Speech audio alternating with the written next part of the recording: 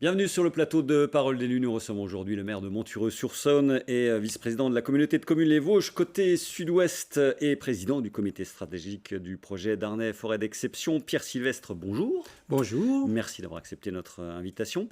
Alors, comment et pourquoi le cadre de la CAL, la coopérative agricole Lorraine, s'est-il immergé, ou en tous les cas s'est-il intéressé à la vie publique de son territoire ? Coopérative agricole Lorraine, j'y ai effectivement travaillé pendant 42 ans, donc au service de l'agriculture et des agriculteurs donc, du territoire, des Vosges. Donc j'en étais responsable, j'étais donc chef de région. Et pourquoi être entré au conseil Alors pourquoi être municipal entré à la coopérative ? Parce que j'ai des origines agricoles, mes parents sont agriculteurs, étaient agriculteurs, mes grands-parents également. Donc j'ai toujours eu la fibre agricole et donc je me suis tout à fait intégré.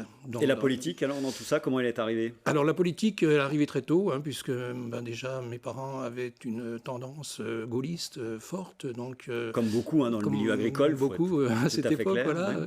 Et puis mon frère aîné donc, m'a immergé aussi dans la politique. Et en 1976 déjà, j'étais à Paris à la création du RPR par Jacques Chirac. Et puis j'ai suivi tout naturellement ensuite Nicolas Sarkozy avec l'UMP.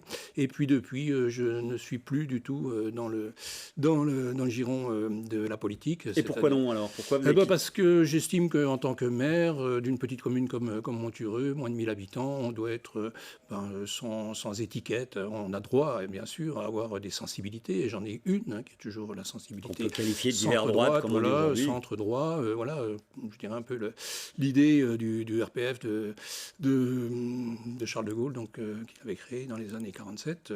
Et puis, j'ai une sensibilité, bien sûr, républicaine. Je suis, je dirais, un socio-libéral. Parce que j'estime que l'économie doit être libérale. Alors, un libéralisme aussi raisonné, pas totalitaire. Et puis, social également, parce que le social est important. Alors, la droite de gouvernement aujourd'hui est menée par Éric Ciotti. C'est pas du tout votre tasse de thé, si on comprend bien. C'est pas du tout, non. C'est pas du tout le genre. C'est trop à l'extrême droite. Enfin, trop à droite. Donc pour vous, clairement, c'est effectivement plutôt, quelles sont les incarnations possibles aujourd'hui, Édouard Philippe, dont on parle Oui, beaucoup. sans doute. Oui, je me retrouverai beaucoup mieux dans cette tendance. Voilà, on a donc présenté cet aspect-là. Un mot, comme nous le faisons toujours, sur vos indemnités. On va voir ça en tableau. Est-ce que ça vous paraît justifié par rapport à l'engagement mis dans la vie publique ? On pose toujours la même question. Il y a un énorme volume horaire. Je ne sais pas combien de temps vous consacrez, vous, à vos différentes casquettes. Alors, effectivement, moi, je peux en parler très librement et en toute simplicité, parce que, comme son nom l'indique, ce sont des indemnités et non pas un salaire. Donc, la fonction d'élu, donc c'est H24, c'est 7 sur 7. Et puis, dans le privé, on appellerait ça des heures d'astreinte ou des heures de mobilisation. Donc, c'est des heures, effectivement, qui sont indemnisées. Voilà. Et puis, surtout, les frais et les charges qui s'y attachent. Par exemple, ce matin, je suis venu à Épinal pour assister donc, à cette table ronde. Je ne touche pas d'indemnité. Donc, ces indemnités-là sont pour aussi compenser nos frais. Alors, est-ce que c'est suffisamment attractif ? On voit 1 800 € net, en gros, avec un volume horaire, on l'a dit, très, très conséquent. Est-ce que pour vous, c'est assez attractif pour un renouvellement de génération et pour que les sièges soient occupés par des gens qui Alors, c'est 1 280 € pour l'indemnité de maire et c'est 500 et quelques euros pour l'indemnité de vice-président de l'intercommunalité. Donc, très faible, évidemment. Si je dois faire un bilan, je peux vous assurer qu'à la fin de l'année, je suis en négatif, fatalement. Donc, c'est pas avec ces indemnités-là qu'on vit. Heureusement que j'ai travaillé précédemment. Donc, c'est pas attractif pour vous du tout. Enfin, je veux dire, après, votre carrière est faite, pardon de le dire comme ça, mais imaginons quelqu'un en pleine activité professionnelle. C'est très compliqué. Pour quelqu'un qui est en activité professionnelle, j'ai du mal à imaginer comment on peut gérer les deux. D'ailleurs, c'est pour ça que moi, j'ai abandonné la vie publique en son temps, parce que je ne pouvais pas gérer et ma vie professionnelle et une vie publique. Alors, s'il faut prendre des heures sur sa vie professionnelle pour les passer à la commune, c'est pas possible. On n'est pas suffisamment indemnisé par rapport à ça, parce que le travail qu'on fournit aujourd'hui en tant qu'élu dans le privé, c'est facilement 4 à 5 fois mieux rémunéré, quoi. C'est toujours l'objet aussi de cette petite minute qu'on consacre à cet aspect des choses. Mais on fait pas ça pour l'argent. Ça c'est pour ça que quand on est en retraite, c'est beaucoup plus facile de le faire, quoi. C'est sûr. Alors l'actualité politique des dernières semaines a été marquée, entre autres, par la démission du maire de Saint-Brévin, dont la maison et des véhicules ont été incendiés, sans doute à cause de sa volonté de déménagement d'un centre d'accueil pour réfugiés. Voilà qui nous ramène forcément en écho à ce que vous avez vécu dans votre commune, même si vous n'étiez pas le maire à l'époque. Donc il y a eu un très vif émoi chez les élus, dans la population également. Et résonance donc dans votre commune. On va rappeler qu'il y a eu un centre de migrants qui a été installé dans le bâtiment de l'ancienne gendarmerie en 2016. Il y a eu beaucoup d'opposition à l'époque. En tous les cas, c'était un petit peu frontal. Donc, est-ce que vous faites un petit peu le parallèle? Pour vous, aujourd'hui, en préparant cette émission, vous m'avez dit, ce centre, aujourd'hui occupé par des mineurs non accompagnés, je le vénère. Ben complètement, et je l'accompagne et je souhaite qu'il puisse perdurer encore le plus longtemps possible. Mais vous avez vécu ces premières je l'ai vécu frayeurs, de loin, premières, oui, j'étais pas élu à cette époque-là, mais j'ai vu les tensions qu'il y ont eu à ce moment-là quand ces jeunes on voit les images, sont arrivés à Montureux, alors qu'aujourd'hui... C'était des Soudanais ou des Érythréens à l'époque? À l'époque-là, c'était beaucoup plus des problèmes liés donc aux guerres en Libye et dans le secteur là-bas. Aujourd'hui, c'est plus des jeunes qui nous viennent donc d'Afrique et qui fuient leur pays parce qu'ils fuient la misère, quoi. Donc ces jeunes, c'est des mineurs, donc ils sont moins de 18 ans. Ils sont placés par le département. Voilà, ils sont placés par le département et accompagnés. Donc ils sont déjà d'une première forme d'activité économique sur le secteur, puisque c'est le nombre de personnes qui sont à leur service pour les accompagner. Et puis c'est aussi la vie du village. C'est une population. C'est parfaitement intégrée aujourd'hui. La question ne se pose plus aujourd'hui à Montureux. De toute façon, ils ont été intégrés dès le départ. Il y a des personnes qui se sont occupées d'eux et ils les ont très très bien accompagnés et intégrés. Et puis, mais les personnes réfractaires au départ aujourd'hui, qu'est-ce qu'elles disent? Je sais pas. Je pense qu'on les entend plus, quoi. Mais ce qui est sûr également, c'est que ça nous maintient aussi une classe complète au collège de Montureux. C'est 30 jeunes qui sont scolarisés donc sur le collège. Et quand on a un collège qui est autour des 150 élèves, une classe de 30 élèves, c'est peut-être aussi... Avec souvent des bons résultats scolaires. La survie, tout à fait. J'ai eu l'occasion donc d'assister l'année dernière donc à la remise du brevet. Le lauréat, donc c'était un jeune donc qui est arrivé là depuis 6 mois, quoi. Et puis je crois qu'il faut 200 points pour avoir le diplôme. Lui, il en avait 350, quoi.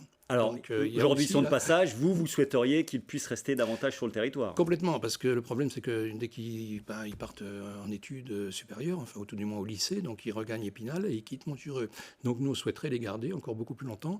Et alors, sous quelle forme? Qu'est-ce qu'on peut proposer? Alors, on a des entreprises locales, on a des artisans, on a des commerces, on a une entreprise mère internationale qui recrute et qui cherche du personnel. Donc, il faut qu'on mette en lien un genre d'apprentissage, quoi, pour que ces enfants, ces jeunes puissent rester. Donc, c'est dans les tuyaux? C'est dans les tuyaux. On a déjà mis en place un cercle de réflexion autour de cela avec le collège, avec les entreprises et avec Adali, donc le centre qui gère, effectivement. Qui gère, donc, voilà. Alors, il nous reste 5 minutes, on va parler de forêt d'exception, le projet structurant pour tout un territoire autour de Darney. On va reposer un petit peu les choses. 80 communes concernées, il ne faut pas imaginer que c'est seulement Darney, c'est proches environs. 5000 hectares. 50. Pardon ? 50, pardon. 50 000 hectares. 50 000 hectares, pardon, j'ai oublié un zéro. Où est-ce qu'on en est, sachant que ce serait le 4e du Grand Est après Verdun, Reims et Haguenau? On en est où?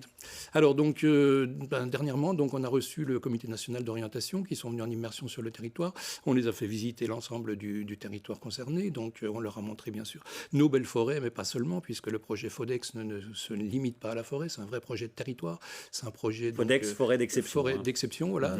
La particularité que notre candidature est là sur ce projet, c'est d'avoir intégré non seulement les forêts domaniales, les forêts de l'État, mais les forêts communales et également les forêts privées. Ça, c'est unique. C'est unique en France. Les 15 forêts d'exception actuellement labellisées ne sont que des forêts domaniales. Donc ça, c'est vraiment le projet particulier pour notre territoire. Tout le monde est à peu près en phase aujourd'hui, ou est-ce qu'il y a encore des réticences? On est encore en pleine réflexion de travail, puisque là, on est en train de monter notre thèse, et normalement, on devrait rendre copie devant le comité fin juin, mais compte tenu de la difficulté du dossier, qui est quand même important à monter. D'habitude, un dossier forêt d'exception, ça se construit sur 5 années. Nous, on est à la 3e année.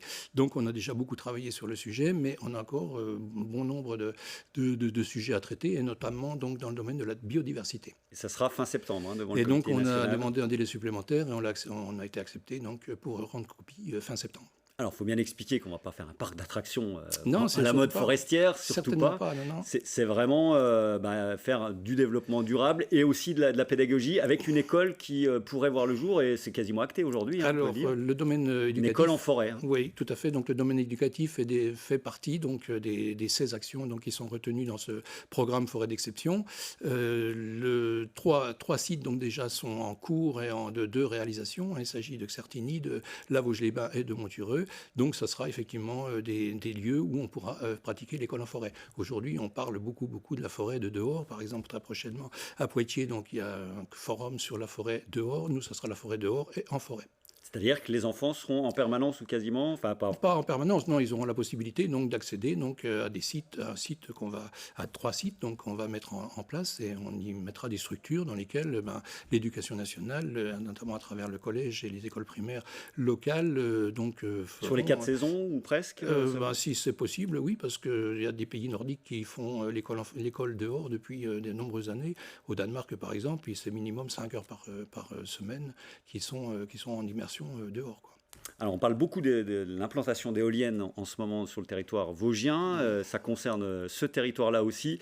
On imagine que c'est difficilement compatible d'avoir ce label forêt d'exception avec une émergence de beaucoup d'éoliennes. Comment vous vivez les choses? Qu'est-ce qu'il faut faire et ne pas faire selon vous?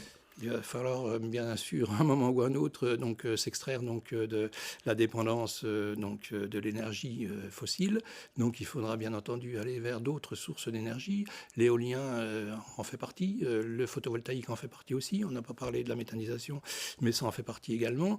Et puis bien sûr le bois. Donc dans la forêt, on a aussi beaucoup de bois qu'on pourrait utiliser pour de l'énergie. Donc après, tout est une question de réflexion, de compatibilité. Il faut que il y a des échanges, les paysages, du dialogue, il faut respecter les uns et les autres. Fodex n'a pas d'autorité, n'aura pas ni d'autorité pour obliger ou pour contraindre ou pour interdire quoi que ce soit. Mais on va essayer de dialoguer le maximum pour que tout cela soit compatible. Quand on est dans un projet de société, ce projet sociétal, il faut que tout le monde y trouve son compte. Donc conciliation, concertation à la clé. Et voilà. Il nous reste une minute, on va parler d'économie. Y aura-t-il d'ailleurs des emplois à la clé si ce label Fodex est accordé? A priori, oui. Fatalement, puisque aujourd'hui déjà, un tiers des emplois du territoire sont liés à la forêt. Donc demain, on a encore beaucoup à faire sur le domaine notamment de la transformation, puisque souvent on coupe du bois dans nos régions, mais il est souvent exporté. Donc l'idée, ce serait de le valoriser au maximum sur place, et des filières peut-être à créer. Oui. Plus généralement, sur l'attractivité de votre secteur, le secteur sud-ouest donc, du département, vous faites partie du programme Petite Ville de demain.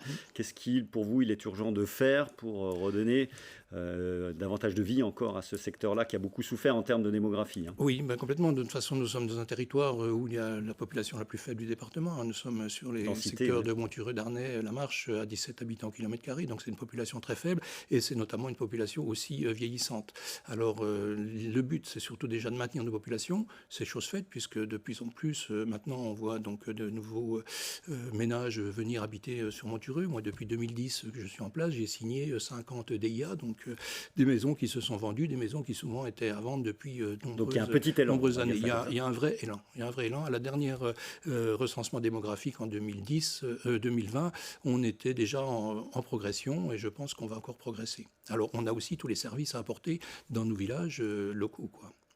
Eh bien, on va suivre tout cela. C'est vrai qu'on sent qu'il y a une petite émergence après des années vraiment très, très compliquées.